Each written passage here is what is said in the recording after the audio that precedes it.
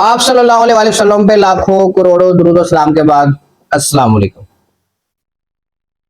मेरा आज का टॉपिक इनफर्टिलिटी के ऊपर है और क्लिनिकल एक्सपीरियंस में मैं ऐसे जरूरतमंद वो लोग जो शादी के बाद औलाद की नेमत से महरूम हैं उनको दो तबकों में डिवाइड करता हूँ। एक वो तबका है जो शादी के 2 साल 4 साल 6 साल 8 साल गुजर जाते हैं और अगर कोई पूछे जी अल्लाह ताला ने खैर की आपके यहाँ बच्चे हुए तो कहते हैं नहीं जी अल्लाह का हुक्म अभी नहीं हुए, हो जाएंगे। दुनिया में कोई भी मर्ज ऐसा नहीं है जो अल्लाह के हुक्म के बगैर शफा पा जाए। लेकिन इसमें जो हेल्थ इश्यूज हैं अगर आप उनको एड्रेस करें तो अल्लाह के फजल से अल्लाह के करम से कोई बड़ा मसला नहीं होता। छोटी छोटी चीजें होती हैं, जब आप उनको कॉजेक्टिव फैक्टर को ढूंढते हैं, एड्रेस करते हैं तो अल्लाह ताला आपको इस नेमत से बहरामंद फरमाते हैं। दूसरा तबका वो है जो शादी के हार्डली 6 माह बाद ही शुरू हो जाते हैं, कभी हकीमों के पास, कभी डॉक्टरों के पास, कभी दम दरूद कराने वालों के पास। अब ये चीज भी गलत है। एक तबका वो है जो 6-6 साल तक किसी तबीब के पास नहीं जा रहा और एक तबका वो है जो छठे महीने से ही शुरू हो जाता है। अब जो दोनों तबके हैं उन दोनों की ख्वाहिश सेम है लेकिन दोनों की अप्रोच गलत है।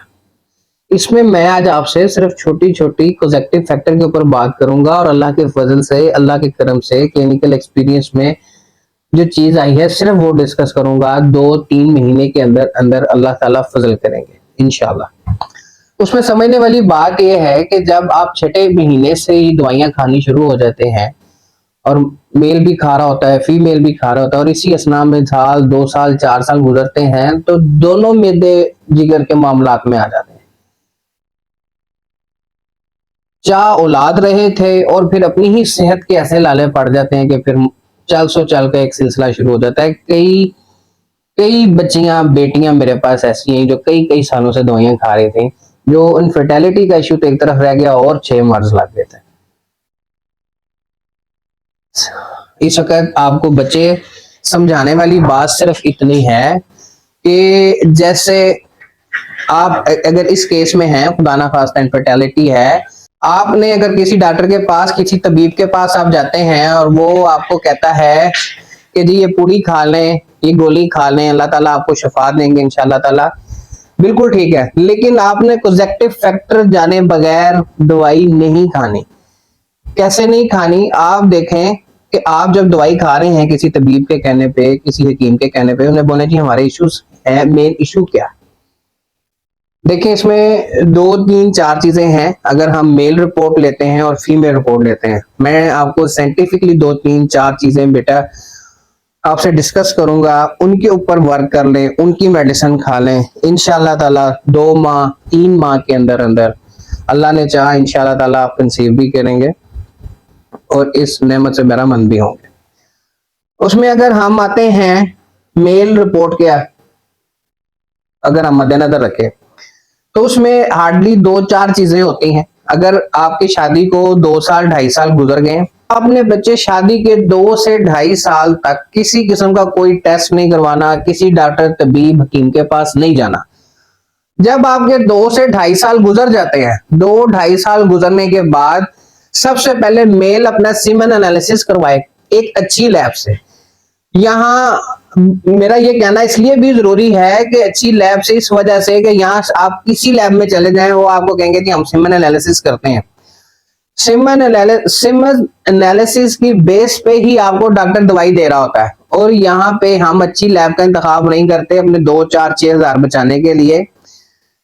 हर लैब ये टेस्ट साइंटिफिकली जिस तरह परफॉर्म होना चाहिए वैसे नहीं करती, बल्कि बहुत अच्छे अदारे जो टेस्ट करते भी हैं वो भी जब एक शहर में उनकी 8 या 10 या 12 आउटलेट्स होती हैं तो वो जस्ट एक में ये टेस्ट परफॉर्म कर रहे होते हैं, क्योंकि इसकी जो इक्विपमेंट्स हैं जो ये टेस्ट परफॉर्म करते हैं वो हर जगह अवेलेबल नहीं होते। तो बच्चे जब भी ये टेस्ट करवाएं किसी अच्छी लेबोरेटरी का इंतखाब करें, नंबर 1। नंबर 2, टेस्ट करवाने के बाद इसमें 2-3 चीजें देखने वाली होती हैं कि पस सेल्स तो नहीं है, नंबर 2 प्रोग्रेस रेट क्या है।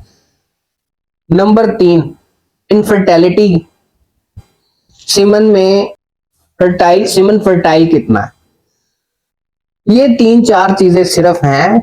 इसमें एक केस तो वो होता है जिसमें बिल्कुल ही डेड हो जाता है, उसको भी होम्योपैथिक एड्रेस करती है। किसी अच्छे होम्योपैथिक के पास जाएं, वो आपका ट्रीटमेंट शुरू करेगा। जहां पे बिल्कुल डेड आ जाता है वहां पे ट्रीटमेंट कॉजेक्टिव फैक्टर को ढूंढेगा, तबीब आपको दवाई देगा। उससे पहले वो जस्ट एक हमारी रेमेडी आती है एक्सरे 30 की, जब एक डोज वो आपको दे देगा, देने के बाद जब वो प्रॉपर आपका ट्रीटमेंट शुरू करेगा तो इंशाल्लाह ताला आप इंप्रूव हो जाएंगे। डेड में बिल्कुल पहले हर किस्म के एलोपैथिक डॉक्टर के पास चले जाएं, हुक्मा के पास चले जाएं, होम्योपैथिक के पास चले जाएं। मोस्टली ये राय थी कि नहीं, ये डेड को नहीं ट्रीट होता है। कोई मर्ज ऐसा नहीं है जिसकी अल्लाह ने शिफा ना रखी हो। उससे डॉक्टर हजरात जिनका मैं नाम लेना यहाँ चाहूंगा, डॉक्टर अली मोहम्मद साहब, डॉक्टर वकार भुट्टा साहब और बहुत से ऐसे डॉक्टर जिन्होंने इनफर्टिलिटी पे बहुत काम किया है और उन्होंने इस इल्म को अमानत समझते हुए आगे भी पहुंचाया है कि जब डेड सेल्स भी होंगे तो उसको कैसे कैसे कौन सा कॉजेक्टिव फैक्टर के ऊपर कौन सी मेडिसिन ट्रिगर करवा के आप प्रॉपर ट्रीट करेंगे तो वो चलेगा। नंबर 2 क्वांटिटी देख लें, उसका प्रोग्रेस रेट देख लें, उसका इनफर्टिलिटी देख लें, आप बस सेल्स देख लें। कोई एक ऐसा कॉज आपको मिलता है, उस कॉज की आप दवाई लें, 1-1.5 माह खाएं, 1.5 माह बाद फिर आप लैब टेस्ट करवाएं और देखें पहले आप कहां थे और अब आप कहां हैं, ताकि आपको पता हो कि जो दवाई आपने खाई है वो किस बेस पे खाई है, उसका असर क्या हुआ है। जस्ट ये नहीं है बीबी है गोली ले जा, बीबी है पूरी ले जा, ऐसे नहीं लेना, ना मेल ने ना फीमेल। दूसरी तरफ आ जाते हैं फीमेल के ऊपर। फीमेल के जब हम टॉर्च टेस्ट करवाएंगे, उसमें अगर किसी भी किस्म का जो बैक्टीरियल इन्फेक्शन होता है अगर वो सामने आ जाता है तो इसमें औरत वाले केस में ज्यादा पेचीदगी है मर्द की निस्बत। वो ये है कि इसमें फिर आगे 3 किस्म की कैटेगरी हो जाती है। नंबर 1 वो केस जिसमें प्रेगनेंसी होती है, पूरे 9 मंथ होती है और या तो बच्चा डिलीवरी से पहले फौत हो जाता है या फौरन डिलीवरी के बाद या 1 दिन बाद या 1 हफ्ते बाद, यानी कि उसकी ड्यूरेशन इतनी ही है। दूसरा केस वो है जिसमें प्रेगनेंसी होती है, या वो 2 हफ्ते रहती है, 4 हफ्ते रहती है या तीसरे चौथे महीने ब्लीडिंग शुरू हो जाती है और वो अबॉर्शन की तरफ फीमेल चली जाती है। तीसरा केस जिसके अंदर प्रेगनेंसी हो ही नहीं रही। अब उसमें भी 2-4 कॉजेक्टिव फैक्टर बच्चे ढूंढने हैं। नंबर 1 ये एग डेवलप नहीं हो रहा है तो एबनॉर्मल साइज में हो रहा है। एक वजह ये होती है कि जब मियां बीवी आपस में हम बिस्तरी करते हैं तो हम बिस्तरी के बाद टोटल सीमेन जो है वो वजाइनल डिस्चार्ज हो जाता है, वो अंदर स्टोर ही नहीं होता। स्टोर ना होने की वजह से वो प्रॉपर ट्रेवल नहीं कर पाता। यहाँ पे हमारी एक मेडिसिन बनती है नेट्रम कार्ब। नेट्रम कार्ब की हाई डोज देने से कई सैकड़ों प्रेगनेंसी के सिर्फ केस चालू हैं। ये वो छोटी चीजें हैं जो लैब टेस्ट में भी नहीं आ रही। आपने ये छोटी छोटी चीजें अपने तबीब को बतानी है तो उसका कोई सद्देबाब करेगा और अल्लाह ताला आपको शिफा देंगे। फिर जो टार्टस आपको बता रहा हूँ इसमें से 5, 4, 3, 2 या कोई एक भी अगर हो तो वो या तो प्रेगनेंसी होने नहीं देता, अगर हो भी जाए तो वो अपने ड्यूरेशन पूरी नहीं कर पाती, बीच में कोई कंप्लेन्स आ जाती हैं, तो उसको भी एड्रेस करता है होम्योपैथिक। आप किसी अपने अच्छे करीबी तबीब के पास जाएं और इसको ट्रीट करवाएं। इसमें मेरे क्लिनिकल एक्सपीरियंस में जब आप इसको ट्रीट करवाएंगे तो जो पीरियड्स के 3 सर्कल हैं इनके अंदर अंदर अल्लाह ने चाहा इंशाल्लाह ताला आप कंसीव भी करेंगे, उसकी ड्यूरेशन पूरी भी करेंगे और उसके बाद ये भी किसी किस्म की कंप्लेन से इंशाल्लाह ताला आप बचे रहेंगे। मेरी वीडियो का मकसद सिर्फ इतना है कि मेरे पास जब बच्चियां आई हैं तो वो प्रेगनेंसी का इशू तो एक तरफ रह गया, वो दूसरे बहुत से अमराज में इन्वॉल्व हुई जिसका मुझे बड़ा दुख हुआ। और ये एक ऐसी जरूरत है जिसमें हम तबीब, हुक्मा, डॉक्टर हजरात बेतहाशा पैसे ले लेते हैं और अगला गर्जमंद होता है वो देता है। गलत है। छोटा सा कॉजेक्टिव फैक्टर होगा, उसकी मेडिसिन होगी, उसकी दवाई आप लें। अल्लाह ने चाहा इंशाल्लाह ताला 2-3 महीने के अंदर अंदर अल्लाह ताला आपको इस नेमत से जरूर नवाजेंगे। इस वीडियो के देखने के बाद आपने ब्लाइंड मेडिसिन नहीं खानी।